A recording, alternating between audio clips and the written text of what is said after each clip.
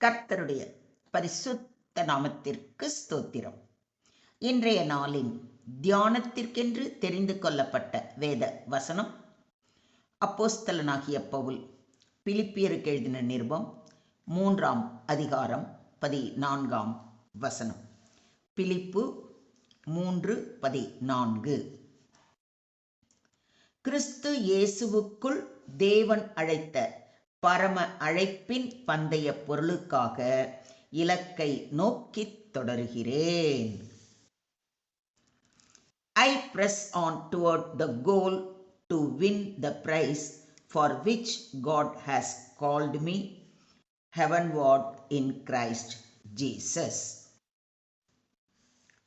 பரிசு பெற வேண்டிய இலக்கை நோக்கி தொடர்ந்து ஓடுகிறேன்.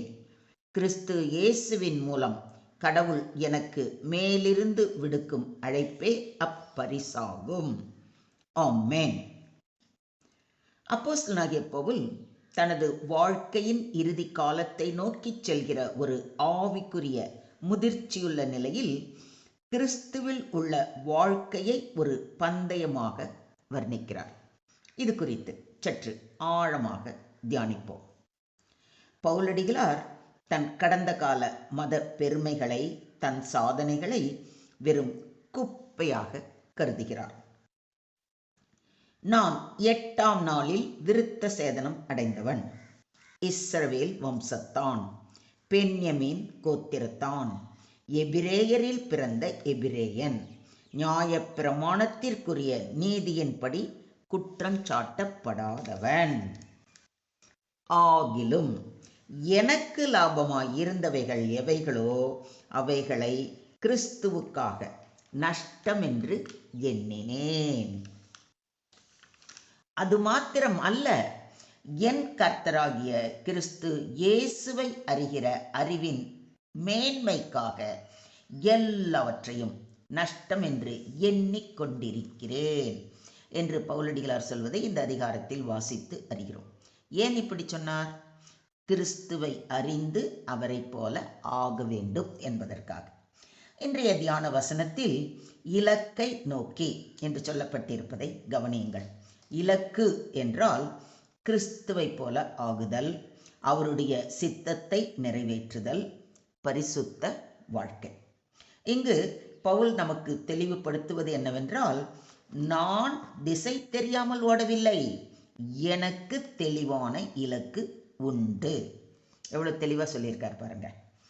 ஆதலால் நான் நிச்சயமில்லாதவனாக ஓடேன், ஆகாயத்தை அடிக்கிறவனாக சிலம்பம் பண்ணேன் என்று கூறுவதை கொரிந்தியருக்கு எழுதின 1ஆம் நிருபம் 9ஆம் அதிகாரம் 26ஆம் வசனத்தில் வாசிக்கிறோம். அடுத்ததாக அவர் கூறுவது தொடருகிறேன். இது ஒரே தடவை செய்த செயல் அல்ல, தொடர்ச்சியான முயற்சி. சோர்விலும் துன்பத்திலும் கூட நிற்காத ஓட்டம். கிறிஸ்தவ வாழ்க்கை என்பது சோம்பேறித்தனம் அல்ல, நிறுத்தம் அல்ல, நிலைத்த ஓட்டம். அதுவும் இலக்கை நோக்கி தொடரும் ஓட்டம். ஆகையால் மேகம் போன்ற இத்தனை திரளான சாட்சிகள் நம்மை சூழ்ந்து கொண்டிருக்க, பாரமான யாவற்றையும் நம்மை சுற்றி நெருங்கி நிற்கிற பாவத்தையும் தள்ளிவிட்டு விசுவாசத்தை துவக்குகிறவரும் முடிக்கிறவருமாயிருக்கிற இயேசுவை நோக்கி நமக்கு நியமித்திருக்கிற ஓட்டத்தில் பொறுமையோடே ஓடக் கடவோம் என்று வேதம் வலியுறுத்துவதை எபிரேயர் 12:1 வாசிக்கிறோம். சுமைகள் மற்றும் பாவங்கள் ஓட்டத்தை மந்தமாக்கும். அவற்றை அகற்றி பொறுமையோடு தொடரும் ஓட்டமே தேவன் விரும்புவது. பந்தய பொருள் என்று இங்கு கூறியிருப்பது, இது உலக வெற்றி அல்ல, மனித பாராட்டு அல்ல, தேவனால் தரப்படும் நித்திய பலன். இதில் அடங்குவது நித்திய ஜீவன், மகிமையான உடல், கிறிஸ்துவோடு ராஜ்யம், தேவனின் நன்றாக செய்தாய் என்ற அங்கீகாரம். இதை ஒத்துக்கிறீங்களா? நல்ல போராட்டத்தை போராடினேன், ஓட்டத்தை முடித்தேன், விசுவாசத்தை காத்து கொண்டேன். இது முதல் நீதியின் கிரீடம் எனக்காக வைக்கப்பட்டிருக்கிறது. நீதியுள்ள நியாயாதிபதியாகிய கர்த்தர் அந்நாளிலே அதை எனக்கு தந்தருளுவார். எனக்கு மாத்திரம் அல்ல, அவர் பிரசன்னமாகுதலை விரும்பும் யாவருக்கும் அதை தந்தருளுவார் என்று உறுதிபட கூறுவதை தீமோத்தேயுவுக்கு எழுதின 2ஆம் நிருபத்தில் வாசிக்கிறோம். ஓட்டம் முடிவடையும் போது தேவன் தரும் நித்திய கிரீடம் நிச்சயம். பவுலின் ஓட்டம் வீணாகவில்லை. பரம அழைப்பு என்று சொல்லப்பட்டிருப்பதை கவனியுங்கள். பரம அதாவது மேலிருந்து, வானத்திலிருந்து, பரத்திலிருந்து. இந்த அழைப்பு மனிதனால் அல்ல, தேவனால் கிறிஸ்து இயேசுவுக்குள். இது இரட்சிப்புக்கான அழைப்பு, பரிசுத்தத்துக்கான அழைப்பு, மகிமைக்கான அழைப்பு. கிறிஸ்து இயேசுவுக்குள் நம்மை தமது நித்திய மகிமைக்கு அழைத்தவராயிருக்கிற சகல கிருபையும் பொருந்திய தேவன் என்று பேதுரு கூறுவதை அவரது 1ஆம் நிருபம் 5ஆம் அதிகாரத்தில் வாசிக்கிறோம். கிறிஸ்து இயேசுவுக்குள் என்று சொல்லியிருப்பதையும் கவனியுங்கள். இந்த வசனத்தின் மையம் இதுதான். இந்த அழைப்பு கிறிஸ்துவுக்கு வெளியே இல்லை, கிறிஸ்துவுக்குள் மட்டுமே. அவருக்குள் ஓட்டம் ஆரம்பிக்கிறது, சக்தி கிடைக்கிறது, பரிசு உறுதி செய்யப்படுகிறது. மொத்தத்தில் இன்றைய தியான வசனம் இலக்கை நோக்கி ஓடும் விசுவாசியின் வாழ்க்கையை படம் பிடித்து காட்டுகிறது. உலக வாழ்க்கை ஒரு ஓட்டம், விசுவாச வாழ்க்கை பரலோக இலக்கை நோக்கிய ஓட்டம். இலக்கு இல்லாத ஓட்டம் வீண். நம்முடைய இலக்கு கிறிஸ்துவை போல் ஆகுதல். இது ஒரு நாள் ஓட்டம் அல்ல, முடிவு வரை தொடரும் ஓட்டம். தேவன் அழைத்த அழைப்பு மகிமைக்கான அழைப்பு. நாம் சாதாரண வாழ்க்கைக்காக அல்ல, பரலோக நோக்கத்துக்காக அழைக்கப்பட்டவர்கள். மனித பாராட்டு தற்காலிகம், தேவன் தரும் கிரீடம் நித்தியம்.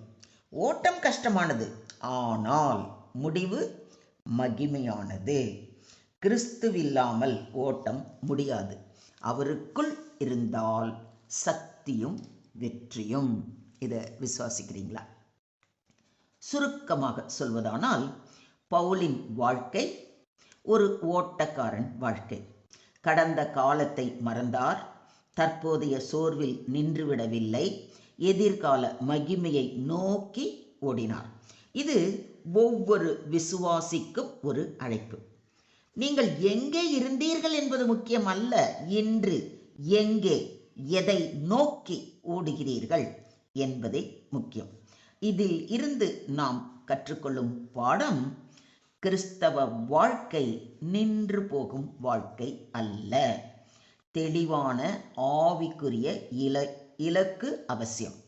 உலக பரிசுகள் அல்ல, பரலோக பரிசு முக்கியம். கடந்த தோல்விகள் நம்மை நிறுத்தக்கூடாது, முடிவு வரை ஓட வேண்டும். ஒத்துக்கிறீங்களா? Today's verse teaches that the Christian life is a purposeful race. Paul reminds us to forget the past, focus on Christ, and run with perseverance toward the heavenly calling. The goal is not earthly success, but becoming like Christ and receiving the eternal reward God has prepared. Those who run in Christ with endurance and faithfulness will never run in vain. Do you believe this? மொத்தத்தில் இன்றைய தியான வசனம் வெறும் ஒரு வசனம் மட்டுமல்ல, ஒரு வாழ்க்கை தத்துவம், ஒரு ஆவிக்குரிய அழைப்பு. நாமும் பவுலை போல சொல்ல முடியுமா? நான் இன்னும் இலக்கை நோக்கி தொடருகிறேன் என்று சிந்தியுங்கள், செயல்படுங்கள். ஸ்தோத்திரம் ஆண்டவரே, ஸ்தோத்திரம் கர்த்தாவே, ஸ்தோத்திரம் ஸ்தோத்திரம் ஸ்தோத்திரம். பரமபிதாவே, எங்கள் வாழ்க்கையில் சோர்ந்து நின்ற இடங்களில் மீண்டும் எழுந்து ஓட கிருபை தாரும். கடந்த தோல்விகளில் சிக்கிக் கொள்ளாமல் கிறிஸ்து இயேசுவுக்குள் நீர் அழைத்த பரம அழைப்பின் இலக்கை நோக்கி முடிவு வரை நிலைத்திருக்க எங்களை வழி நடத்தும். நாங்கள் ஓடும் ஓட்டம் வீணாகாதபடி உமது ஆவியால் எங்களை பலப்படுத்த எங்களை முற்றிலுமாக தாழ்த்தி உம்முடைய கரங்களிலே ஒப்பு கொடுக்கிறோம். நீங்க பொறுப்பெடுத்துக்கோங்க, நீங்க வழி நடத்துங்க. எல்லா துதியும் எல்லா கனமும் எல்லா மகிமையும் ஒருவருக்கே செலுத்துகிறோம். மீட்பர் இயேசுவின் மூலம் ஜெபம் கேளும் எங்கள் ஜீவனுள்ள தகப்பனே. ஆமென்.